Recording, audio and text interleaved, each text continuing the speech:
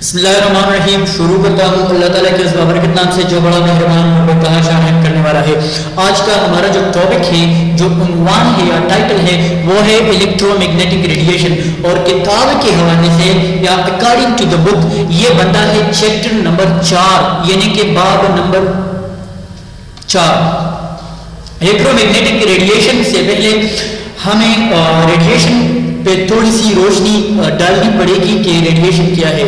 So we have discussed previously that the radiation is the emission और the transmission of energy in the form of waves और particles. कि radiation क्या है? Radiation खुरूज है, transmission या मुंतकिली है किस चीज की? इन द एनर्जी की इन the form of the waves, लहरों की शक्ल में या पार्टिकल्स या जर्रात की शक्ल में।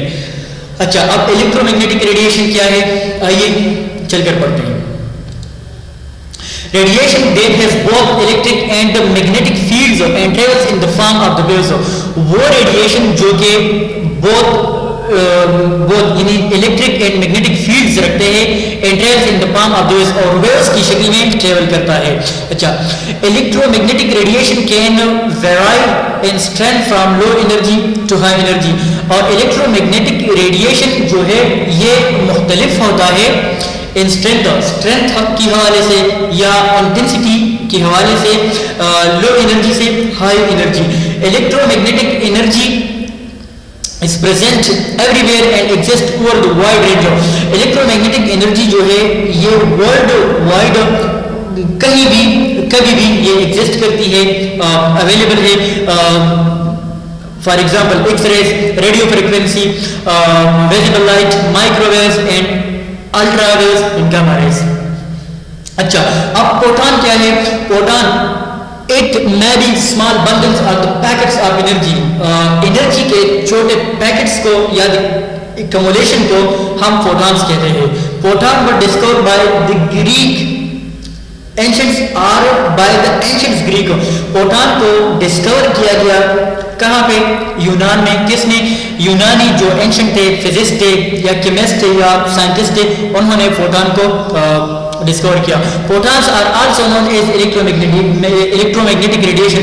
और फोटॉन को इलेक्ट्रोमैग्नेटिक रेडिएशन या इलेक्ट्रोमैग्नेटिक एनर्जी भी कहा जाता है। The electromagnetic energy has some properties. और इलेक्ट्रोमैग्नेटिक एनर्जी जो होती है उसके कुछ खुसूसियात होंगे, कुछ खास या महसूस खुसूसियात होंगे, प्रॉपर्टीज होंगे, इंक्लूडिंग फ्रीक्वेंसी होगी, वेवलेंथ होगी, velocity and amplitude, which are describes below, जिसको हमने डिस्क्राइब किया गया है नीचे विद डेफिनेशन एंड डायग्राम्स।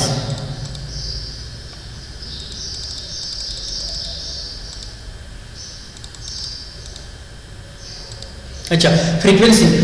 अब फ्रीक्वेंसी क्या है? The number of wavelengths, wavelength की नंबर्स यानी तादाद, that point of observation per second और the number of occurrences of repeating event per unit of time. Unit of time या किसी भी महसूस टाइम में किसी भी वाइब्रेशन का या किसी भी इवेंट्स का दोबारा होना इसकी फ्रीक्वेंसी कहलाता है। And its unit is hertz, और उसकी इकाई जो है वो हर्ट्ज है। जहां भी फ्रीक्वेंसी आ जाए तो उसकी इकाई जो होगी वो हर्ट्ज और जाहिर होगी कैपिटल H और स्मॉल g से, यानी हर्ट्ज। अच्छा, अब वेवलेंथ क्या है? Wavelength the distance between two successive crests और ट्रफ्स ऑफ द वेव। किसी भी वेव या लहर में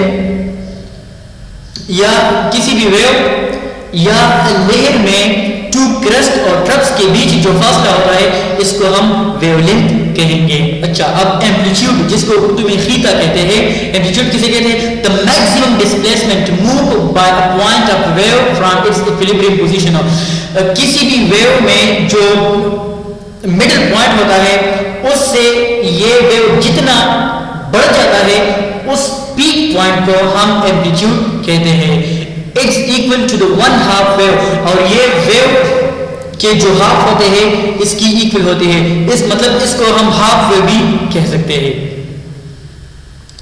ये डायग्राम है, डायग्राम में ये जो है ये वेव है, ये ग्रीन लाइन जो है ये क्या है? ये वेव है।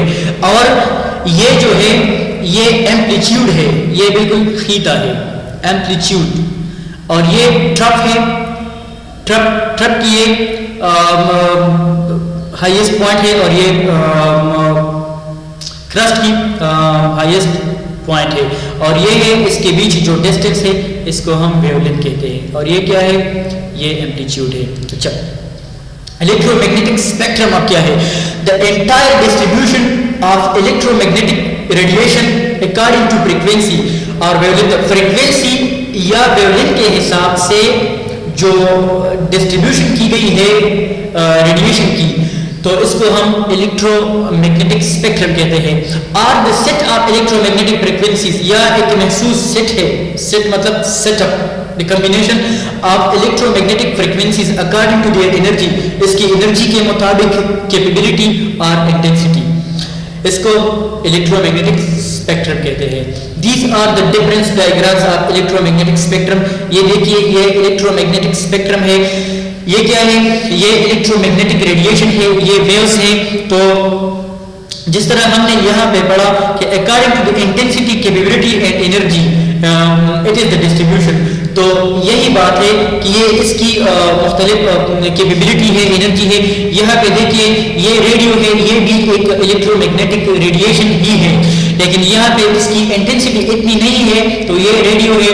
इसकी इंटेंसिटी जब थोड़ी सी बढ़ जाती है तो ये माइक्रोवेव, फिर इंफ्रारेड, फिर विजिबल लाइट, फिर अल्ट्रावायलेट, फिर एक्स रेज, फिर गामा रेज। ठीक है, अब ये लॉन्ग वेवलेंथ है, जिस तरह इस डायग्राम में हमने कहा कि ये वेवलेंथ है, ये क्या है? ये वेवलेंथ है। तो जिस तरह किसी वेव की वेवलेंथ कम होगी, उतनी ही इसकी शिद्दत ज्यादा होगी, नुकसान इसके ज्यादा होंगे, इंटेंसिटी इसकी ज्यादा होगी। और जितना वेवलेंथ कम होगा तो उतना ही इसके असरात इतने ज्यादा कम होंगे। यहाँ पे देखिए, ये लॉन्ग वेवलेंथ है, ये शॉर्ट वेवलेंथ है। और हमने पढ़ा था कि जितना वेवलेंथ शॉर्ट होगा, इतनी ही इसकी इंटेंसिटी ज्यादा होगी, जिस तरह गामा रेज है या एक्स रेज है। और ये जो है, ये लो एनर्जी है, और वेवलेंथ जितनी ज्यादा होगी उतनी ही एनर्जी भी हाई होगी, और फ्रीक्वेंसी भी साथ हाई होती रहेगी। और जितनी वेवलेंथ कम होगी, मतलब वेवलेंथ ज्यादा होगी, लॉन्ग होगी, तो it will have the low energy and the low frequency. ये दूसरा डायग्राम है द इलेक्ट्रोमैग्नेटिक स्पेक्ट्रम। ये आयनाइजिंग रेडिएशन है, एक नॉन आयनाइजिंग रेडिएशन है। ये इसका वेवलेंथ देखिए, और ये इसका वेवलेंथ देखिए। इसका वेवलेंथ जो है ये कम है, और इसकी लॉन्ग है, ये लॉन्ग वेवलेंथ है। देखिए, ये रेडियो वेव्स की वेवलेंथ देखिए, इसकी डिस्टेंस देखिए, इसकी डिस्टेंस देखिए, और फिर यहाँ पे डिस्टेंस देखिए, तो गामा रेज। अच्छा, और ये दूसरा डायग्राम है द इलेक्ट्रोमैग्नेटिक स्पेक्ट्रम। ये क्या है? ये शॉर्ट वेवलेंथ है, इसलिए एक्स रेज की या गामा रेज की इंटेंसिटी बहुत ज्यादा है। ये अल्ट्रावायलेट रेज है, ये विजिबल है, इंफ्रारेड है। तो जितनी इसकी वेवलेंथ के बीच डिस्टेंस ज्यादा होगा, इतनी इसकी इंटेंसिटी कम होती जाएगी। अच्छा, रेडियो ओपेक स्ट्रक्चर्स क्या है और रेडियो लूसेंट स्ट्रक्चर क्या है? स्ट्रक्चर्स दैट आर डेंस, वो स्ट्रक्चर जो कि डेंस होते हैं, सख्त होते हैं, and resist to the passage of X-ray, और एक्स-रे की जो पैसेज होती है उसको रेजिस्ट करवाती है, उसमें मुज़ाहिमत पैदा करती है। और the structures that absorb the X-ray, या वो स्ट्रक्चर्स जो कि एक्स-रेज को एब्जॉर्ब करते हैं। These structures appears in light and grey, ये लाइट ग्रे और व्हाइट ऑन द रेडियोग्राफ। ये जो रेडियोवेव स्ट्रक्चर्स होते हैं, ये नमूदार होते हैं रेडियोग्राफ पे, ग्रे, लाइट ग्रे और व्हाइट। मिसाल के तौर पर metal, concrete, coin, lead etcetera. इसके बरक्स अब रेडियोल्यूसेंट है। रेडियोल्यूसेंट का मतलब यही है structures that are less dense, जो कि कम सख्त होते हैं, इतने सख्त नहीं होते, and permit the X rays beam to pass through it, और एक्स रेडिएशन को ये परमिट करते हैं, इलाज करते हैं कि इसमें से ये निकल जाए। और the structures they transmit the X rays, या वो स्ट्रक्चर, वो चीजें, वो ऑब्जेक्ट जिसमें से एक्स रेज निकलकर ट्रेवल करती है, ये स्ट्रक्चर्स अपीयर डार्क और ब्लैक ऑन द रेडियोग्राफ, और ये रेडियोग्राफ पर डार्क या बिल्कुल ब्लैक नजर आता है। मिसाल के तौर पर ग्लास है, वुड है, प्लास्टिक है, रबर है, वगैरह वगैरह। इस तस्वीर में आप देख सकते हैं ये रेडियोग्राफिक ग्रे स्केल है या रेडियोग्राफिक शेड्स है। तो ये जो व्हाइट चीजें हैं ये डेंस है, ये रेडियो ओपेक है, क्योंकि इसमें से रेडिएशन नहीं निकलती तो ये व्हाइट, बिल्कुल व्हाइट नजर आता है रेडियोग्राफ पे। इस तरह ये मेंटेबल है, निक की बात हम कर रहे हैं, हेड एंड नेक। तो यहाँ पे जो मेंटेबल है या टीथ से ये रेडियो ओपेक है, ये क्लाइंस यहाँ पे रेडियो ओपेक है, ये रिब्स भी रेडियो ओपेक है। अच्छा, यहाँ पे ये जो ब्लैकनेस है या यहाँ पे जो साइनसेस है तो ये रेडियो ल्यूसिड है, क्योंकि इसमें से आयनाइजिंग रेडिएशन या एक्सरेज पास आउट करती है। या इस इमेज में देखिए यहाँ पे जो ये व्हाइट शेप पे है, व्हाइट शेडो है, तो रेडियो ओपेक मटेरियल है, और ये जो ब्लैक है ये रेडियो ल्यूसिड मटेरियल है। अच्छा, इनवर्स स्क्वायर लॉ, इसके बाद एक टॉपिक है इनवर्स स्क्वायर लॉ क्या है। The intensity of the X-rays decreases as the distance from the source increases. Inverse square law का मतलब यही है कि एक्सरे की इंटेंसिटी जो है वो कम बढ़ जाती है जितना हम आयनाइजिंग रेडिएशन सोर्स से फासला ज्यादा करवाते हैं। ये मतलब ये इनवर्स प्रोपोर्शनल है।